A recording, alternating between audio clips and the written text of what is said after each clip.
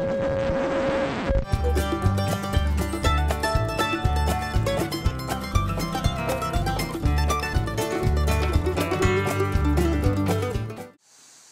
folks, it's Richard Cleveland again from Earth School.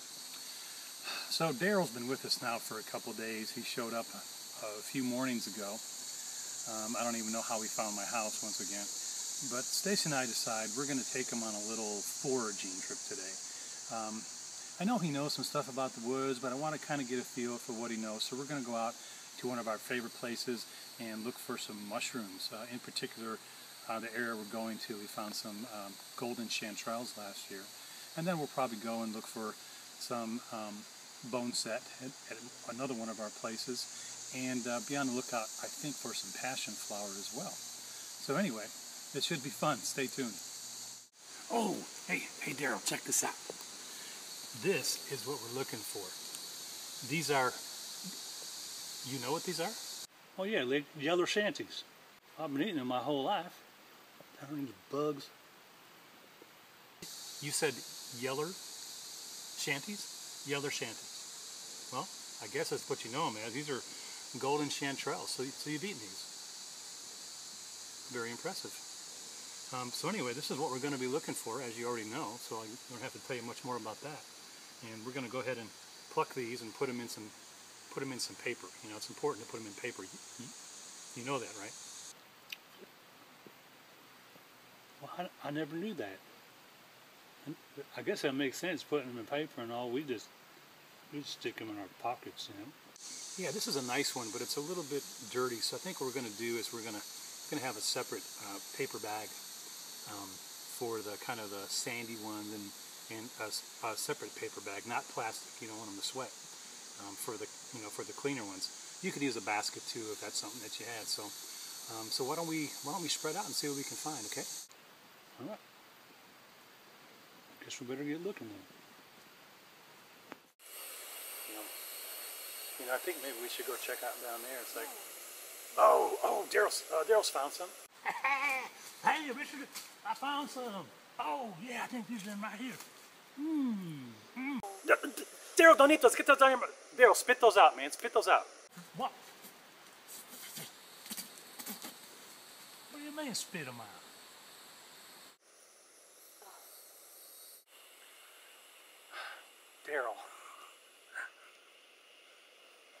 Darrell, listen, man, I don't mean to freak you out or anything like that, but you should really cook those first instead of eating them raw. What? How come? Stacy knows more about that than I do. What's the reasoning behind that, Stacy? Well, mushrooms have really tough cell walls, so they're not really digestible for us until we cook them, and that makes the nutrients a lot more available. Cool. So let's wait till we get back home before we eat some more of these things, okay? You know, we'll cook them up in a meal tonight, but try not to eat anything just off the ground today, okay? Please. Thanks, man. Appreciate it. Okay, so we just did a little foraging trip in here in the woods in one of our favorite places, and we did find some golden chanterelles, or yeller Chanties. I guess that's what Darrell calls them. We also found some larger mushrooms, which we believe are a type of puffball, but we need to positively ID those. If they are puffballs, and we'll let you know for sure, we got some pretty good eating. We got 3 of them about that big, which we're going to show you here in a minute. Speaking of which, Darrell, show these fine folks what we got today. Is that thing on? Oh, it is. Oh, okay. I'm going to be on the TV. I've never been on the TV before. This is going to be fun. So here I am, ladies. I'm single. Soak it in, baby. Hey, take a look at this nature's bounty that we collected today. Here's these yeller Chanties, Richard. He likes to call them golden chanterelles, whatever the heck that means. And here's these puffy ones we're talking about too, but I guess we need to positively ID them before we can eat them. I don't know, they look like stuff I've eaten before. But yeah, this is what is in nature. Now these are the clean ones that we got, and so we put those in a special bag. And then we got another bag over there for ones that are sandier and grittier, and we got to probably clean those up. So anyway, we're going to go on to our next adventure. We're going to look at some more plants, and I don't know what we're going to find, but Is there anything else you'd like to say to the folks to close it up? I don't know. Can I go pee now, Richard? I got to pee bad.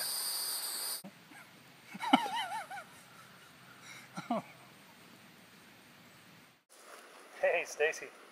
Look what we got here. Passion flower. Yeah. Hey, Darrell, come in and check this out. Oh, is this lovely. We're hoping to find some of this today. Darrell, work your way this way, okay? So what can we use this for? Passion flower is a nervine, and it's really good for insomnia, where you have circular thinking, which is like when you think of the same thing over and over again and you just can't turn your brain off. Passion flower is really good for that. Nice. You know, I've used it too, or I've had some pretty crazy dreams taking the tincture, like I dare say passionate dreams. Okay, quite interesting. What's that? Hey, what was that part about the dreams? I could use a little passion in my life. Darrell, I can't guarantee you that that's going to work for you. It might. Well, it's got to be worth the risk, ain't it? I mean, that sounds pretty good. You got to tell me later, Richard, what kind of dreams you had, if you know what I mean. Yeah, I would say it's definitely worth a try. Hey, Miss Stacy, you make me some of that. I'd like to try that.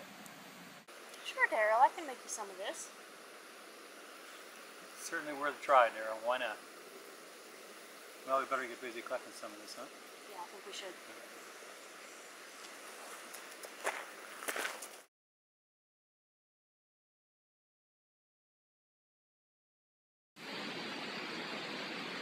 Now here's Darrell. Pay attention, man. Here's an important plant I want to show you. This is called bone set. This is Eupatorium perfoliatum, and it's a really important. Huh? What? You put what now? Can't we just call it bone set? You don't really get all fancy on it. I'm not going to remember that. Okay, we'll just call it bone set. Okay, that's a really important plant for cold and flu. Does this look familiar to you?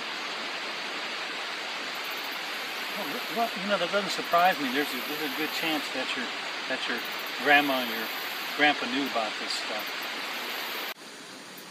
Yeah, that does look familiar.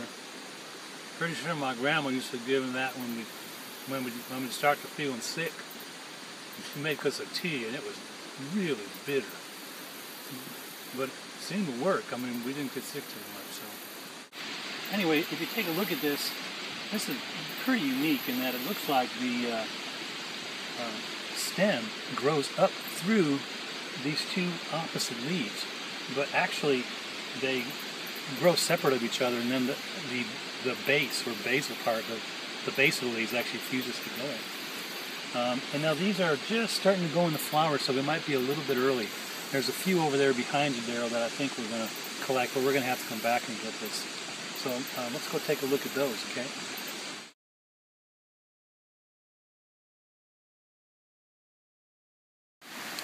So thanks for joining us on our adventure today. Thanks for joining Stacy, myself, and Darrell, wherever he is. He could be anywhere around these parts now. Definitely stay tuned for our next adventure. Oh, there he is. Did you just catch another fish? Oh my God.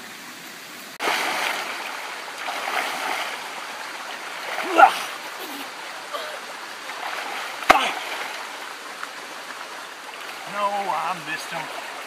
I'll get him next time, though. Oh, hey. That water's lovely.